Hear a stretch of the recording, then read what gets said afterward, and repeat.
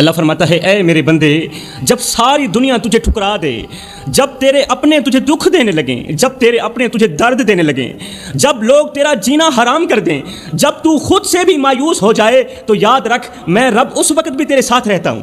تو ہر وقت مجھے اپنے ساتھ محسوس کیا کرنا۔ اے میرے بندے، تو روتا ہے میں تیرا رونا سنتا ہوں، تو گرتا ہے میں تجھے تھام لیتا ہوں، تو بھول جاتا ہے لیکن میں نہیں بھولتا، میں تجھے پھر بھی یاد رکھتا ہوں۔ لوگ تیرے گناہوں پر تجھے ملامت کرتے ہیں، تجھے شرمندہ کرتے ہیں، تجھے تانا دیتے ہیں، لیکن میں تیرے ایک آنسو پر تجھے معاف کر دیتا ہوں۔ میں نے کبھی تجھے تانا نہیں دیا۔ میں کتنا پیارا رب ہوں تیرا۔ اے میرے بندے، آ جا میرے پاس، بس ایک سجدہ کر لے، ایک آہ بھر لے، ایک پکار لے۔ میں رب تیرے لیے وہ دروازے کھولوں گا جو دنیا کے سارے دروازے بند ہونے کے بعد بھی کھلے رہیں گے۔ میں رب تیرے لیے وہ دروازے کھولوں گا۔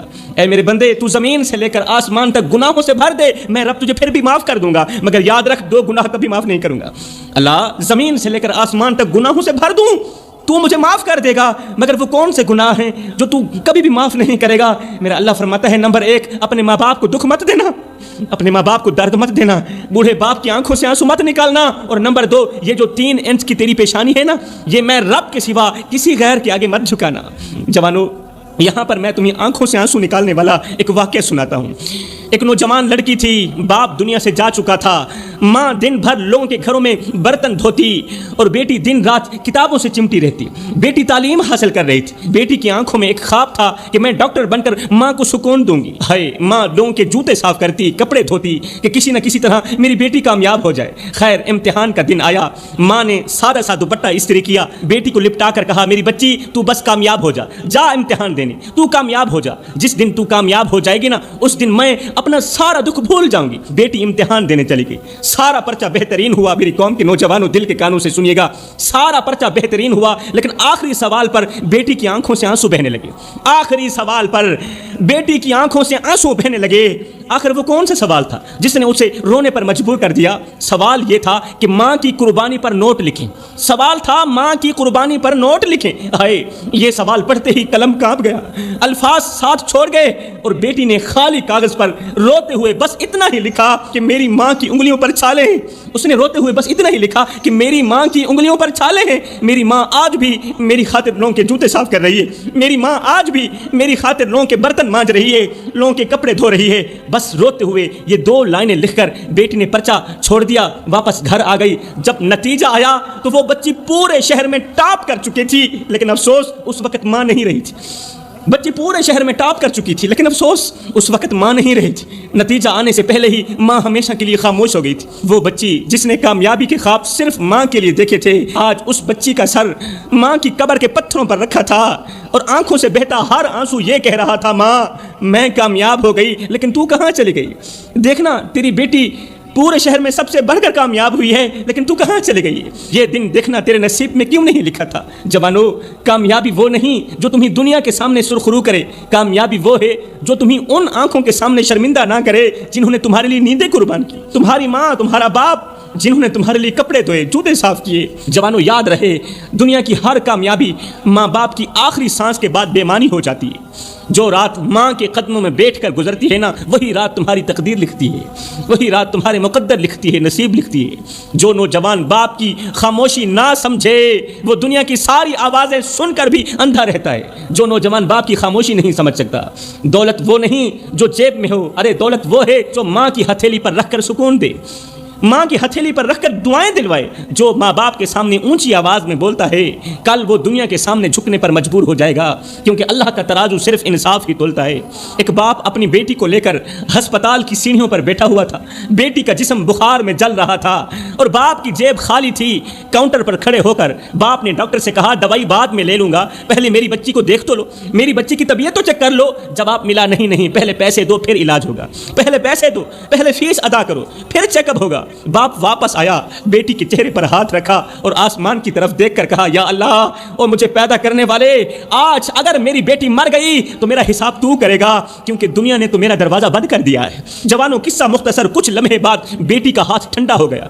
باپ نے چہرہ بیٹی کے قریب کیا، تھوڑی دیر بیٹی کو خاموشی سے تکتا رہا، اور پھر مری ہوئی بیٹی کو سینے سے لگا کر ہسپتال سے باہر نکلتے ہوئے باپ نے کہا، میں جس کے بچپن کے لیے کھلونے نہ خرید سکا، آج پیسوں کے ساتھ اس کی زندگی کیسے خرید سکتا ہوں؟ بھائی میں جس بیٹی کے لیے کھلونے نہ خرید سکا، آج پیسوں کے ساتھ اس کی قیمتی زندگی کیسے خرید سکتا ہوں؟ ہائے وہ بیٹی تو مر گئی، لیکن ہمارا ضمیر اس سے پہلے مر چکا تھا۔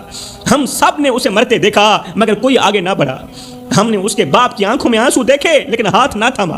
ہم نے ہسپتال کے دروازے بند ہوتے دیکھے لیکن اپنے دل کے دروازے کھولنے کی توفیق نہ ملی۔ ہم سب نے صرف تماشا دیکھا، ویڈیو بنائی، سنا اور آگے گزر گئے۔ نہ انسانیت جاگی، نہ رحم رہا، نہ ایمان باقی رہا۔ آج وہ بچی مٹی تلے جا سوئی لیکن ہم اب بھی شرم کے بغیر جی رہے ہیں، ہم اب بھی احساس کے بغیر جی رہے ہیں۔ کل جب ہمارے اپنے سسکیں گے تو شاید آسمان سے یہی آواز آئے گی کہ جاؤ، تم نے کسی کی بیٹی پر رحم نہیں کیا تھا، آج تم پر بھی رحم نہیں کیا جائے گا، کیونکہ جیسا کرو گے ویسا بھرو گے، کیونکہ اللہ کا ترازو تو صرف انصاف ہی تولتا ہے نا۔ جوانوں یاد رکھو، دنیا کی ہر کامیابی ماں باپ کی آخری سانس کے بعد صرف ایک حسرت بن جاتی ہے۔ کامیاب وہ نہیں جو دنیا کے ہجوم میں پہچانا جائے، ارے کامیاب تو وہ ہے جو قبر کے اندھیرے میں پہچانا جائے۔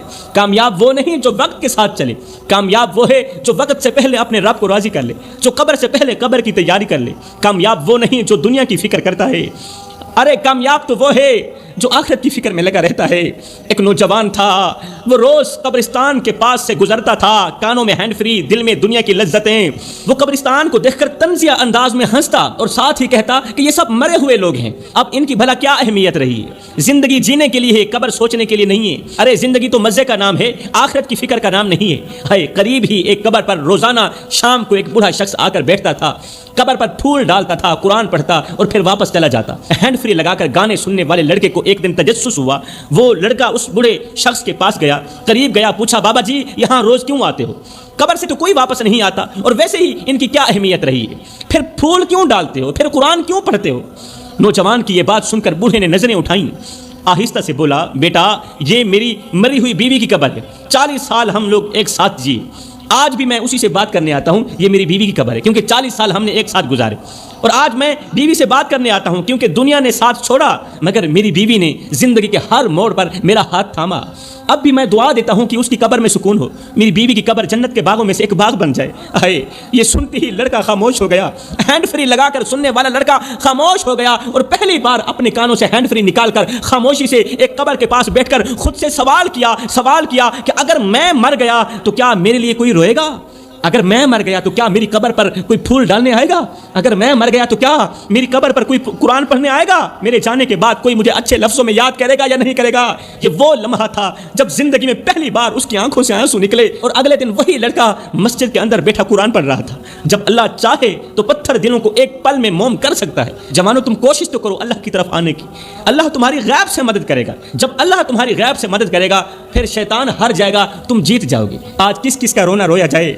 جب رشتے زندہ ہو کر بھی مر چکے ہوں تو پھر قبرستان میں دفن ہونے والے کیا شکایت کریں، اور جب رشتے زندہ ہو کر بھی مردہ ہو چکے ہوں تو پھر قبرستان میں پڑنے والے مردے کیا شکایت کریں؟ شاہ جی یہ دور رونے کا نہیں رہا، یہ دور تو اندر ہی اندر ٹوٹنے کا بن چکا ہے، اور سب سے بڑا دکھ یہ ہے کہ کسی کو کسی کے رونے کی پرواہ بھی نہیں ہے۔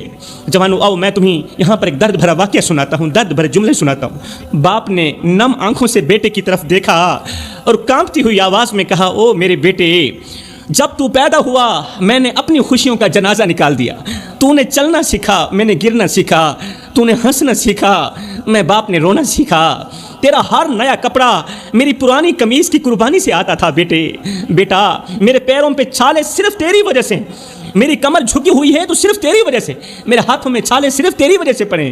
کہا او میرے بیٹے تیری آہ پر ہماری آہ نکلتی، تیری ہائے پر ہماری جان نکلتی، تو ایک پہلو بدلتا تھا، ہم ہزاروں وسوسوں کا شکار ہو جاتے تھے کہ کہیں بیٹا مر بھی نہ جائے۔ بیٹے ہم نے تو تجھے اس طرح پروان چڑھایا ہے، او میرے بیٹے میں اپنی رگوں سے خون نکالتا رہا، تیری رگوں میں ڈالتا رہا، میری رگوں سے نکالے گئے خون سے جب تو طاقتور ہوا تو مجھے اس طرح گھور کے دیکھنے لگا جیسے میں تیرا زر خریدا غلام ہوں، جیسے میں تیرا نوکر ہوں۔ بیٹے جب سے تو نے مجھے نوکر سمجھا، جب سے تو نے مجھے کمی سمجھا، غلام سمجھا، تو میں نے اپنی 60 سالہ زندگی کو قبرستان کی مٹی میں دفن کر دیا۔ ہاں میں غلام ہوں، تو سردار ہے، میں نوکر تو آقا، لیکن بیٹے تو میری قربانیوں کو بھول گیا۔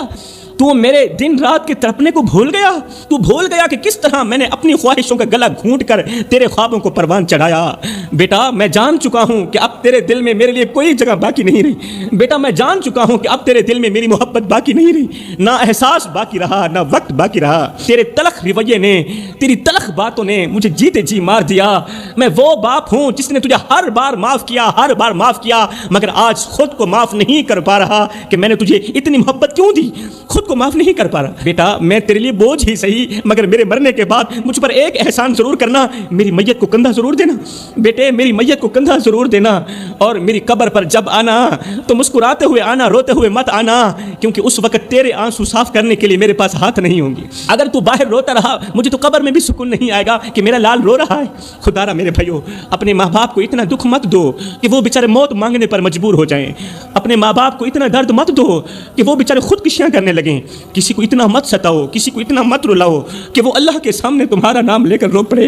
خدا پاک کی عزت کی قسم، اگر تمہارا بوڑھا باپ، اگر تمہاری بوڑھی ماں اللہ کے سامنے تمہارا نام لے کر رو پڑے، سجدوں کے دوران، نمازوں کے دوران، دعاؤں کے دوران، اگر وہ اللہ کے سامنے تمہارا نام لے کر رو پڑے، تو یاد رکھنا تمہارے لیے بہت بڑا مسئلہ بن جائے گا۔ تم بہت بڑی بلا کے منہ میں تم بہت بڑی مصیبت کے منہ میں آ جاؤ گے، کیونکہ جو کسی کو رلاتا ہے وہ ساری زندگی روتا ہی رہتا ہے۔ اپنے ماں باپ کے آگے اونچی آواز میں بات مت کیا کرو، جس دن یہ خاموش ہو گئے اس دن تم ان کی آواز سننے کو ترسو گے۔ حضرت عیسیٰ علیہ السلام کے زمانے میں ایک شخص اپنی بیوی سے بے پناہ محبت کرتا تھا۔ بیوی ہی اس کی دنیا تھی اور بیوی ہی اس کی آخرت تھی، اس کا سکون تھی، لیکن وہ محبت کی تصویر کے پیچھے چھپے گناہوں کو نہ جان سکا۔ اچانک ایک دن اس کی بیوی بیمار پڑی اور چند ہی دنوں میں وفات پا گئی۔ بیوی کا انتقال ہو گیا۔ وہ بیوی جسے یہ اپنا سب کچھ سمجھتا تھا، وہ بیوی جس سے محبت بھی کرتا تھا اور مودت بھی کرتا تھا۔ شوہر کی دنیا میں اندھیرا چھا گیا۔ بیوی کے مرنے کے بعد شوہر کی دنیا میں تاریکی چھا گئی۔ وہ ہر لمحے اپنی بیوی کو یاد کرتا اور اپنی تنہائی کے غم میں ٹوٹتا چلا جاتا۔ بیوی سے محبت اتنی شدید تھی، بیوی سے پیار اتنا شدید تھا کہ ایک دن وہ روتے ہوئے، چیختے ہوئے بولا میں اپنی بیوی سے دور نہیں رہ سکتا۔ اگر وہ قبر میں ہے تو میں بھی اس کے ساتھ قبر میں رات گزاروں گا۔ اگر میری بیوی قبر میں ہے تو یہ کیسی دوستی ہے کہ میں بیوی کو تنہا اکیلے چھوڑ کر میں دنیا میں رہوں اور میری بیوی قبر کے اندر رہے، لہٰذا میں بھی قبر کے اندر جا کر بیوی کے ساتھ سو کر ہی وقت گزاروں گا۔ دنیاوی محبتیں جو بظاہر تو حسین لگتی ہیں میرے بھائیوں، لیکن ایک دن دل پر زخم چھوڑ کر چلی جاتی ہیں۔ وہ لوگ جن کے لیے انسان اپنی راتوں کی نیند اور دن کا سکون قربان کرتا ہے، ایک لمحے میں دھوکہ دے کر چھوڑ جاتے ہیں، لیکن اللہ کبھی دھوکہ نہیں دیتا، اللہ کبھی مایوس نہیں کرتا، اللہ کبھی دھوکہ نہیں دیتا، وہ کبھی اپنے بندے کو تنہا اکیلا نہیں چھوڑتا۔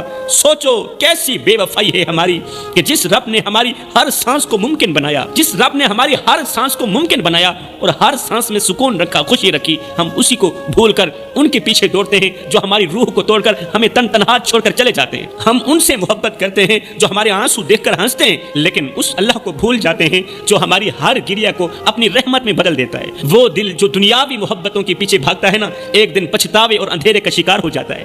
وہ آنکھیں جو دنیاوی محبتوں کے لیے روتی ہیں، آخر میں خون کے آنسو بہاتی ہیں، وہ روتی ہی رہتی ہیں، کیونکہ وہ محبتیں صرف درد اور حسرت چھوڑ کر جاتی ہیں۔ قصہ مختصر میرے بھائیو، وہ انسان جو اللہ کی محبت کو بھول کر دنیاوی محبتوں میں کھو جاتا ہے، وہ قبر کی تنہائی میں اپنی غفلت پر ماتم کرتا ہے، لیکن تب بہت دیر ہو چکی ہوتی ہے۔ گاؤں کے لوگ اسے سمجھاتے رہے کہ یہ ممکن نہیں ہے، لیکن اس کی محبت نے اسے اندھا کر دیا تھا، بیوی کی محبت نے شوہر کو اندھا کر دیا تھا۔ آخر کار ایک رات وہ اپنی بیوی کی قبر کھول کر اندر چلا ہی گیا۔ جیسے ہی وہ شخص قبر کھول کر قبر کے اندر گیا تو ایک عجیب سی بدبو اور گھٹن نے اسے اپنی لپیٹ میں لے لیا۔ قبر کی گھٹن اور قبر کے اندر کی بو نے اسے اپنی لپیٹ میں لے لیا۔ قبر کی مٹی گرم ہو چکی تھی جیسے اس کے نیچے آگ چل رہی ہو۔ شوہر نے بیوی کے جسم کو دیکھنے کی بہت زیادہ کوشش کی، لیکن اچانک قبر لرزنے لگی۔ جب اس نے بیوی کے چہرے سے کفن کو ہٹایا تو اچانک قبر لرزنے لگی اور بیوی کے جسم سے خوفناک چیخیں بلند ہونے لگی۔ اب توجہ کیجیے گا، غور کیجیے گا، دل کے کانوں سے سنیے گا یہ عبرتناک واقعہ۔ بیوی کی آواز قبر کی دیواروں سے گونج رہی تھی۔ بیوی کہنے لگی، او نادان تو یہاں کیوں آیا ہے؟ بیوی کے جسم کے اندر سے آوازیں آنے لگی، خوفناک آوازیں، دل دہلا دینے والی آوازیں۔ بیوی نے کہا، او نادان تو یہاں کیوں آیا ہے؟ یہ جگہ محبت اور سکون کی نہیں ہے، یہ جگہ آرام کی نہیں ہے، اور یہ جگہ تو عذاب کی جگہ ہے۔ یہاں وہ لوگ آتے ہیں جو اپنے اعمال کے بوجھ کے نیچے دبے ہوئے ہوتے ہیں۔ شوہر کانپتے ہوئے بولا، بیوی کی یہ باتیں سن کر شوہر کانپتے ہوئے بولا، یہ کیا ہو رہا ہے؟ تمہیں یہ عذاب